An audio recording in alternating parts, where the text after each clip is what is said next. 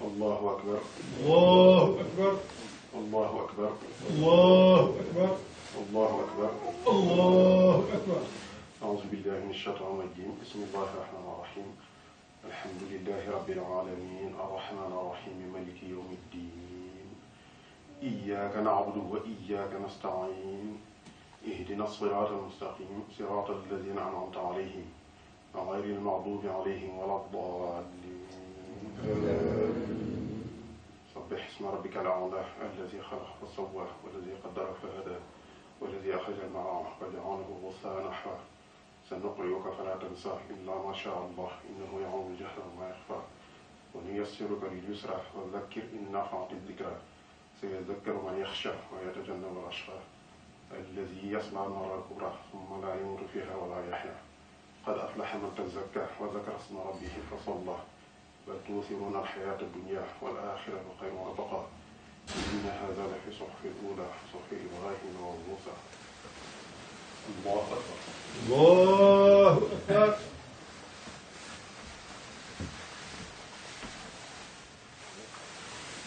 سمع الله لمن حمده. ربنا ولك الحمد. الله أكبر الله أكبر.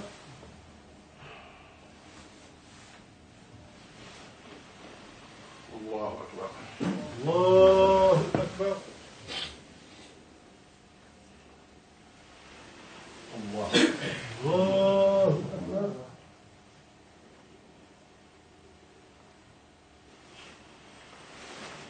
الله أكبر الله أكبر. الله أكبر الله أكبر. الله أكبر الله أكبر. الله أكبر الله أكبر. الله أكبر الله أكبر. الله أكبر. الله أكبر. أعوذ بالله من الشيطان الرجيم. بسم الله الرحمن الرحيم. الحمد لله رب العالمين الرحمن الرحيم مالك يوم الدين. إياك نعبد وإياك نستعين. اهدنا الصراط المستقيم صراط الذين أنعمت عليهم غير المغضوب عليهم ولا الضالين. والشمس وضحاها والقمر إذا طلاها والنهار إذا جلاها والليل إذا يغشاها والسماء وما بناها والأرض وما طحاها ونفس وما سواها فألهمها فجورها وتقواها. قد أفلح من زكاها وقد خاب من دساها. كذبت ثمود بتقواها إذ انبعث أشقاها فقال لهم رسول الله ناقة الله وسقياها فكذبوه فعقروها فدمدم عليهم ربهم بذنبهم فسواها فلا يخاف عقباها. الله أكبر الله أكبر.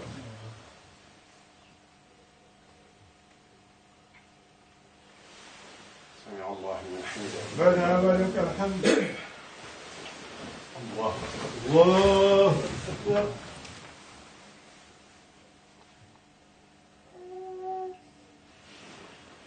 الله أكبر الله أكبر. الله أكبر الله أكبر.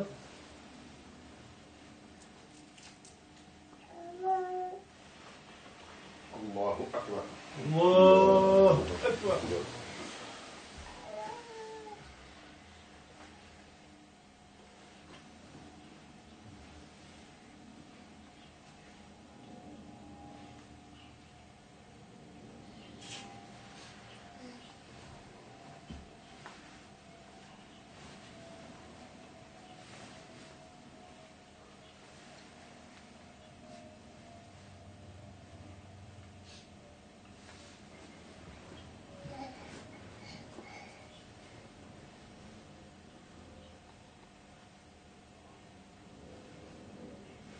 السلام عليكم. السلام عليكم. أعوذ بالله من الشيطان الرجيم وإني أعوذها بك وذريتها من الشيطان الرجيم. ربي أعوذ بك من همزات الشياطين وأعوذ بك رب أن يحضرون. بسم الله الرحمن الرحيم. وصلى الله على سيدنا محمد وآله وصحبه وسلم تسليما. بسم الله الرحمن الرحيم. الحمد لله رب العالمين والصلاة والسلام على الهادي الأمين سيدنا ومولانا محمد المكين وعلى آله وصحبه ذوي الرضوان والتمكين. أما بعد فهذا اليوم يوم عظيم. وهذا يوم العيد يوم عظيم لكل مؤمن مسلم محسن سعيد. أشكر الله تبارك وتعالى فيه وعلى كونه سرورا للنبي ولمن يقتدي فيه صلى الله وسلم عليه الله في آله وصحبه وكل من تلاه. وأوصيكم فيه وبعده بملازمة ما اختير لكم من الأخلاق والعقائد والأقوال والأفعال لوجه الله تعالى القائد. وأحذركم فيه وبعده عن فعل ما لم يختار لكم من العبادات والعادات، فإنما اختاره الله تبارك وتعالى لكم هو الجامع للسعادات. فطوبى لمن لا يلتفت إلى غير ربه ملازما ما اختير له من منير لبه. وويل لمن قاده إبليس إلى ما شاء فإنه يلازم ما أخزى وأساء. قال الله تبارك وتعالى: وما آتاكم الرسول فخذوه. وقال تبارك وتعالى: ومن يعمل مثقال ذرة خيرا يره. فطوبى لمن أخذ ما أتى به رسول عليه بآله وصحبه السلام معطي السوء، وللذي همته ترتقي إلى الخير لا إلى الكدر والضير. وويل لمن لم يأخذ ما أتى به المنتقى عليه بآله وصحبه السلام من جهل بانتقاء. وأوصيكم أيها الإخوان لوجه من كفانا ذوي الحسد والعدوان بأن لا تفارقوا ما اختير لكم أبدا، فإن مفارقته تجر إليكم ألما وكبدا. وأنهاكم عن فعل كل ما لم يتبين لكم كونه الصواب، فإنه مما يوجهه إلى غيركم الأجر والرضا والثواب. ولا تطلبوا الكرم بغير التقوى، فإن الكرم هو التقوى. ولا تطلبوا العزة من غير العزيز المعز بجاه عبده نبيه رسوله الأعز. فإن من أدبر عن الله تبارك وتعالى إلى سواه تركه مع نفسه وهواه. ومن أقبل إلى الله تبارك وتعالى مع الوسيلة قاد إليه كل ما كان يرتقي إليه من الجميلة. يا أيها الناس اعبدوا ربكم اتقوا الله حيث كنت. من كان يؤمن بالله واليوم الآخر فليقل خيرا أو ليصمت. قد أخبرني رسول الله صلى الله عليه بآله وصحبه وسلم وبارك أن من تاب من أمته قبل موته فإنه يشفع فيه عند ميته. وأن من لم يتب منهم توبة نصوحا فقد أمره ما وعظه نصيحا. ربنا لا تزغ قلوبنا بعد إذ هديتنا وهب لنا من لدنك رحمة إنك أنت الوهاب. ربنا اغفر لنا ولإخواننا الذين سبقونا بالإيمان ولا تجعل في قلوبنا غلا للذين آمنوا ربنا إنك رؤوف رحيم.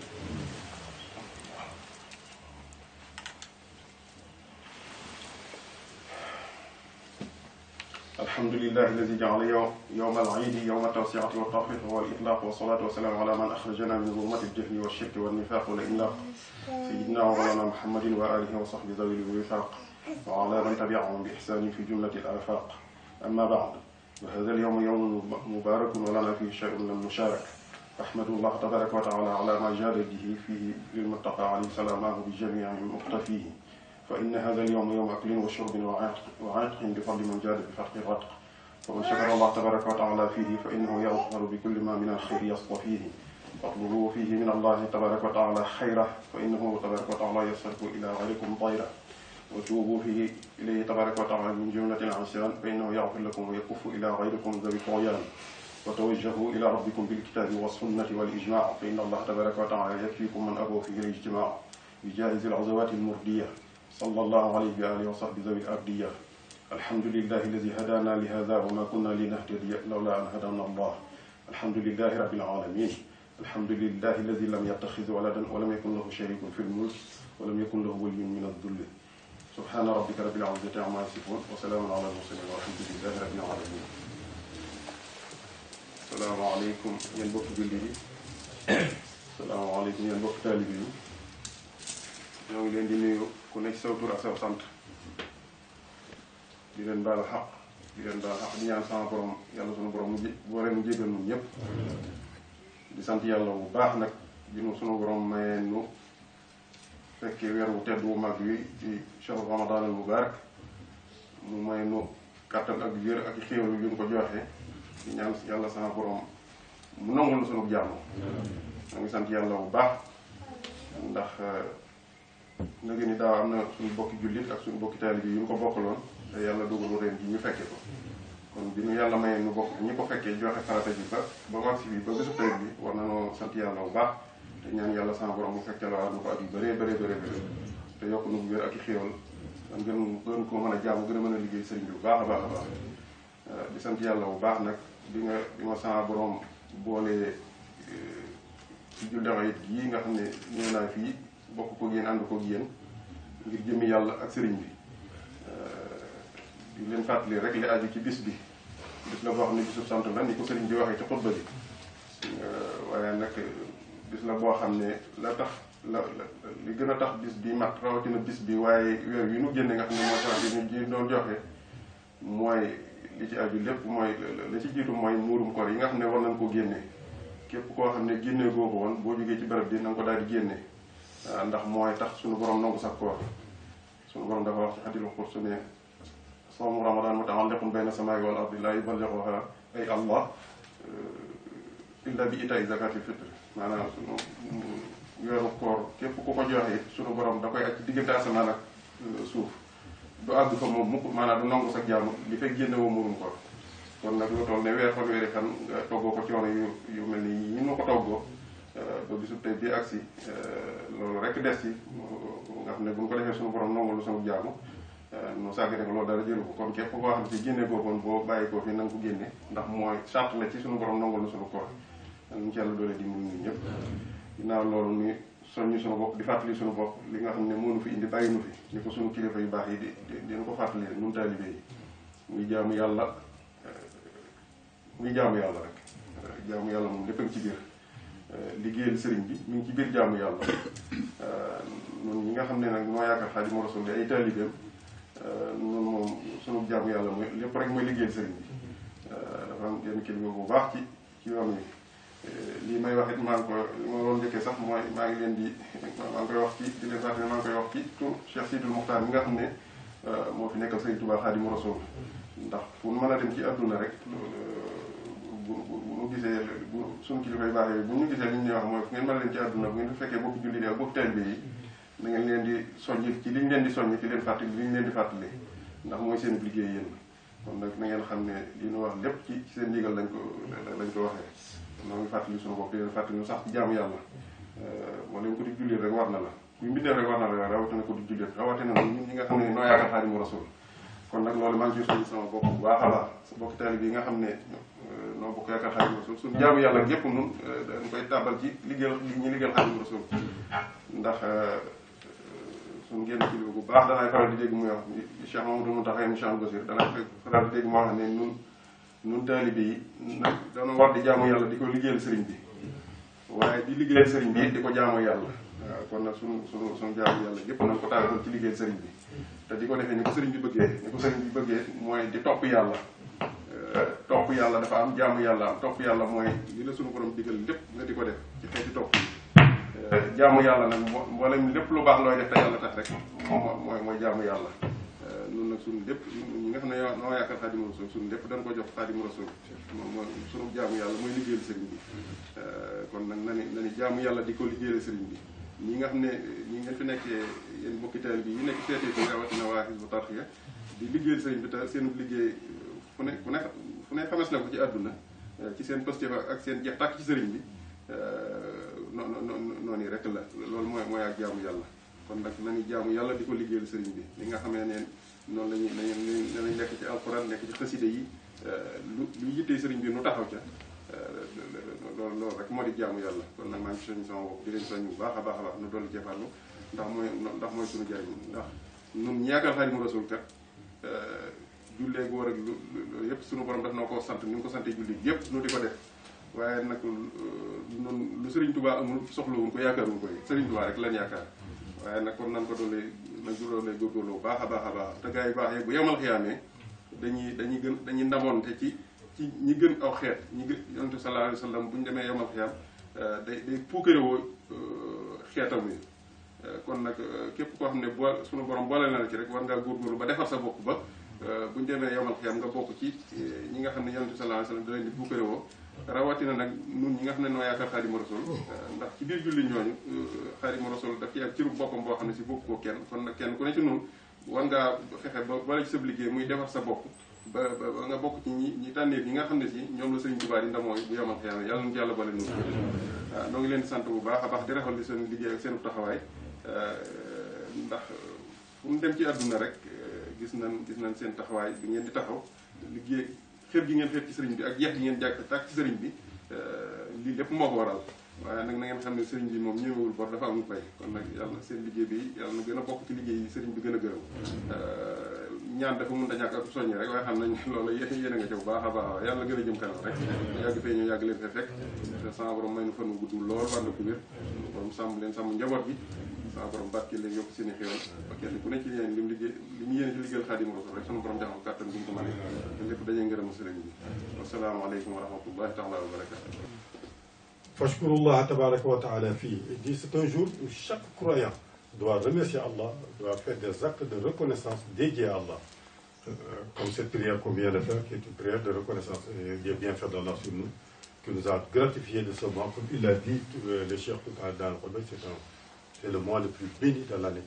Et Dieu nous a donné la chance d'être croyants et de faire les 30 jours du mois de Ramadan. Ce rituel nous recommande en ce jour et après ce jour. En ce jour et après ce jour. Donc ça veut dire que c'est un point de départ encore. Ce jour, c'est un jour de tawba, de repentir sincère, mais aussi un point de départ. Pour toutes nos pensées, toutes nos actions soient orientées vers Allah subhanahu wa ta'ala. Pour ce que Dieu a choisi pour nous, min al-akhlaq, de refaire nos caractères, d'essayer d'avoir les hautes qualités morales et spirituelles que le prophète a enseigné aux Sahaba. Wal aqaïd, de raffermir nos convictions, wal aqwal, nos dires, wal afal, nos gestes, nos actes, pour l'amour de Dieu, pour l'amour d'Allah subhanahu wa ta'ala. Alors il dit Fatouba liman la yatafid ila ghayri rabbihi mulaziman maghfiratahu min dhunubihi. Il dit donc la félicité appartiendra à ceux qui auront un sursaut spirituel et pour se remettre dans la voie d'Allah subhanahu wa ta'ala. Essayer de comprendre ce que Dieu a choisi pour nous dans ce monde et dans l'autre, c'est-à-dire obéir à Allah et à son prophète et suivre la voie droite. Qad akhbarani Rasulullah. Le prophète, l'apôtre d'Allah, m'a informé, moi, Serigne Touba, Anna man taaba min ummati, que celui qui se repent parmi ma communauté, le prophète qui a dit ça à Serigne Touba, celui qui se repent dans ma communauté de tous ses péchés antérieurs, qabla mawtihi, avant que la mort ne le surprenne, il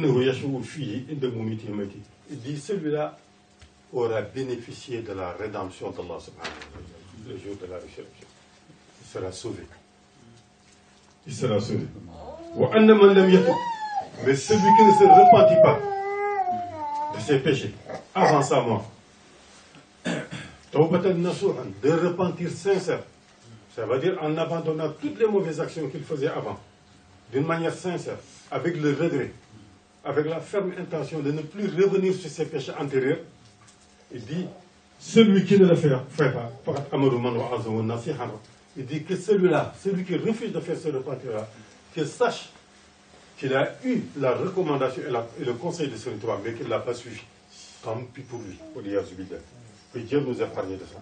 Il dit, Alhamdulillah, nous rendons grâce à Allah, qui a fait de ce jour de fête, ce jour Yawm al-Tawsi'a wa al-Tafriq. C'est un jour de largesse, de partage, comme ils disent maintenant ici, et ils ne le font pas malheureusement, mais nous devons le faire. Wa al-Tafriq, wa al-Idlaq, wa al-Salat, wa al-Salam ala khayyan min zulumati al-jahl wa shirk. C'est un grand jour de largesse. C'est un grand jour de pardon. Un jour de lumière. Qu'Allah subhanahu wa ta'ala, que la bénédiction d'Allah et la paix d'Allah soit celui, man akhrajana min al-zulmat, soit sur celui qui nous a sortis de l'obscurité, des ténèbres, qui nous a tirés des ténèbres, de l'ignorance, au shirk et de l'association. Et ça, c'est le prophète alayhi salatu wa salam. Il fait allusion au prophète alayhi salatu wa salam. Il avait un grand respect du prophète. Il a rarement son nom. Il dit, comme le Coran, il utilisait des termes comme ça, que la paix et la bénédiction d'Allah sur celui qui nous a sortis des ténèbres, de l'ignorance et de l'association. Ou nifaq, de l'hypocrisie, ou l'imra, et de l'hypocrisie. Riyazubillah. Sayyidina wa Mawlana Muhammad, notre Seigneur, notre guide Muhammad alayhi salatu wa salam. Wa Ali, que cette paix et cette bénédiction d'Allah soit sur sa famille, wa sahbi, sur ses compagnons, wa ala man tabi'ahum ihsan fi jumlatil aba. Et ceux qui le suivront après lui jusqu'à la fin des temps. Jusqu'à la fin. Amma ba'di. Il dit après cela, fa hadha al-yawm yawmun mubarak. Sachez que ce jour-là est un jour béni. Walana fihi shay'un lam nusharik. Il dit, Dieu nous a donné dans ce jour quelque chose qui nous est spécifique, que personne d'autre que nous n'a. Que personne d'autre que nous, croyants, ça ne possède. C'est réservé à ça, c'est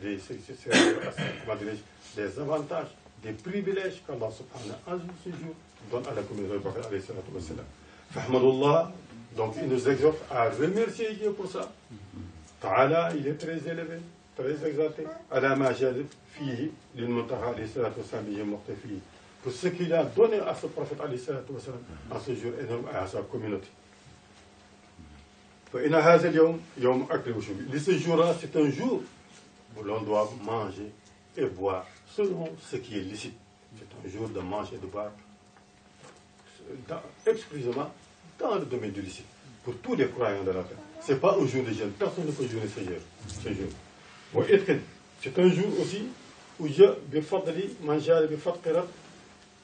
par la grâce de celui qui a séparé les éléments du cosmos, les cieux, la terre, etc. Il dit par la grâce de celui-là, nous bénéficions du itq, c'est-à-dire de l'affranchissement de l'enfer. Que Dieu nous protège de ça. فمن شكر الله تبارك وتعالى فيه فإنه يغفر بكل ما من الخير يختفي. Et celui qui rend grâce à Dieu en ce jour, eh bien, c'est celui-là qui aura fait ce qu'il aura fait de bien, qui a fait ce qu'il fallait faire de bien, ce que Dieu a choisi pour sa communauté en matière de reconnaissance. Il dit demandez à Dieu en ce jour tout ce qui est bien dans ce monde et en dehors. C'est donc un jour de prière. Il dit retournez-vous vers Allah subhanahu wa ta'ala. Comment? Bil kitab wa sunna, par deux choses. Par le livre d'Allah, le Coran, en suivant les recommandations du Coran, strictement, en évitant ce que le Coran évite, au sunna, et de suivre les traces du prophète alayhi salatu wa sallam. De faire exactement ce qu'il fait, ce qui est possible jusqu'à la fin. من أبوا فيه الاجتماع بجائز غزوة المريد فإن الله تبارك وتعالى يكفيكم من أبوا فيه الاجتماع بجائز الغزوات المرضية صلى الله عليه وآله وصحبه العربية. الحمد لله الذي هدانا لهذا وما كنا لنهتدي لولا أهل الله. الحمد لله رب العالمين. Et rend grâce à Allah subhanahu wa ta'ala avec toutes ces recommandations. Recommande donc de suivre la trace du prophète alayhi salatu wa salam, de nous conformer au Coran, à l'esprit du Coran, Inch'Allah ta'ala, et de rendre grâce à Allah qui nous a orientés dans cette voie, la voie de la droiture, celle que le prophète alayhi salatu wa salam, sa famille et ses compagnons ont suivi, et ceux qui suivent ce prophète-là, et se font jusqu'à la fin des temps. الحمد لله رب العالمين الحمد لله الذي لم يتخذ ولدا ولم يكن له شريك في الملك ولم يكن له ولي من الذل وكبر. سبحان ربك رب العزة عما يصفون وسلام على المرسلين والحمد لله رب العالمين. Alhamdulillah, voilà l'essentiel de ce discours et les recommandations que le chef a fait à tous les croyants.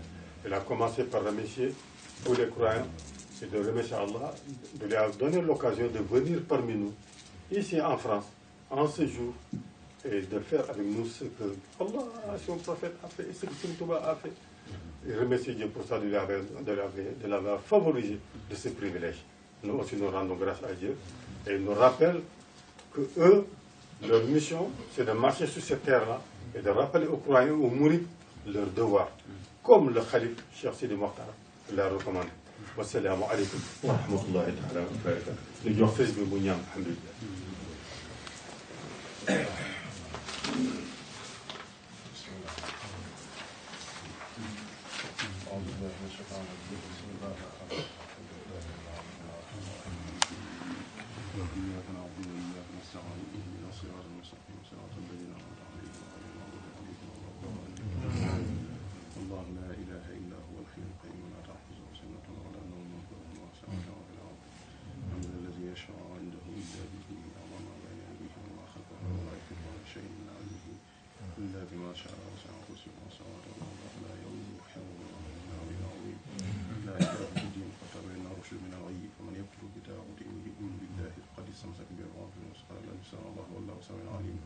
الله ولي الذين آمنوا يخرجهم من الظلمات إلى النور والذين كفروا أولياءهم وطاغوت يخرجونهم من النور إلى الظلمات أولئك أصحاب النار هم فيها خالدون. أعوذ بالله من الشيطان الرجيم بسم الله الرحمن الرحيم. آمن الرسول بما أنزل إليه من ربه والمؤمنون نفرق بين أحد من رسله وقالوا سمعنا وأطعنا غفرانك ربنا إليك المصير لا يكلف الله نفسا إلا وسعها لها ما كسبت وعليها ما اكتسبت ربنا لا تؤاخذنا إن نسينا وأخطأنا ربنا ولا تحمل علينا إصرا كما حملته على الذين من قبلنا ربنا ولا تحملنا ما لا طاقة لنا به واعف عنا واغفر لنا وارحمنا أنت مولانا فانصرنا على القوم الكافرين شهد الله أنه لا إله إلا هو والملائكة والعلم قائما بالقسط لا إله إلا هو العزيز الحكيم إن الدين عند الله الإسلام قل اللهم مالك الملك تؤتي الملك من تشاء وتنزع الملك ممن تشاء وتعز من تشاء وتذل من تشاء بيدك الخير إنك على كل شيء قدير تولج الليل في النهار وتولج النهار في الليل وتخرج الحي من الميت وتخرج الميت من الحي وترزق من تشاء بغير أعوذ بالله من الشيطان الرجيم بسم الله الرحمن الرحيم قد جاءكم رسول من أنفسكم عزيز عليم عنيتم حريص عليكم بالمؤمنين رؤوف رحيم وإن تولوا فقل حسبي الله لا إله إلا هو عليه توكلت وهو رب العرش العظيم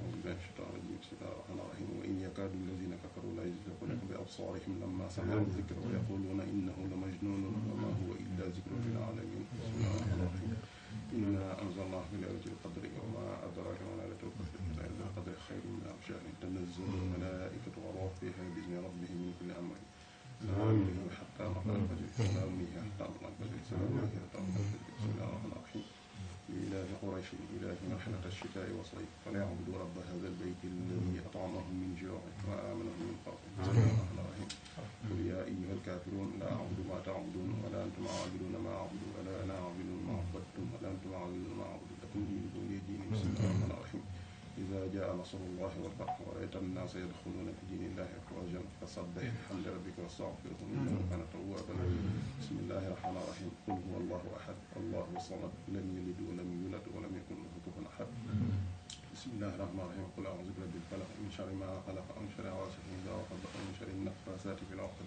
من شر حاسد إذا حسد بسم الله الرحمن الرحيم قل أعوذ برب الناس ملك الناس إله الناس من شر الوسواس الخناس الذي يوسوس في صدور الناس من الجنة والناس ربنا إننا ظلمنا أنفسنا وإن لم تغفر لنا وترحمنا لنكونن من الخاسرين ربنا ظلمنا أنفسنا وإن لم تغفر لنا وترحمنا لنكونن من الخاسرين ربنا إنك جامع ربنا وآتنا ما وعدتنا على رسلك ولا تخزنا يوم القيامة ربنا آتنا في الدنيا حسنة وفي الآخرة حسنة وقنا عذاب النار ربنا لا تزغ قلوبنا بعد إذ هديتنا وهب لنا من لدنك رحمة إنك أنت الوهاب وافتح لنا كل باب كنت فاتحه للصالحين من الخيرات يا الله واجعلنا نهتدي بنا برضاك الشيطان يا الله وكملا كل ما نرجوه وذلنا كل ما نختار وارد لنا كل ذي صعب وذي حرج ويسر كل ذي تعصير يا الله ويسر كل ذي تعصير يا الله ولنا عمرنا صحيح لنا آمين يا رب يا الله ودمرا كل أعداء تضل بنا قبل الوصول لنا يا الله يا الله لنا عاصم من كل مهلكة ونجنا من بلايا دهر يا الله آمين والطف بنا وقونا وكن لنا وهب لنا الختام ربنا وسلم على حاجة كل مسلم والطف بنا وقونا وكن لنا آمين الختام ربنا وصلى على النبي المسلم آمين آمين يا رب العالمين الشيخ يا شيخنا وسلمنا إلى ربنا ورجائنا في الدنيا والآخرة آمين شيخ يا شيخنا الشيخ آمين آمين اللهم صل على سيدنا مولانا محمد الفاتح لما أغلق والخاتم لما سبق الناصر الحق بالحق والهدي إلى صراط المستقيم على آله آمين سبحان ربك رب العزة عما يصفون وسلام على المرسلين فاتحة الحمد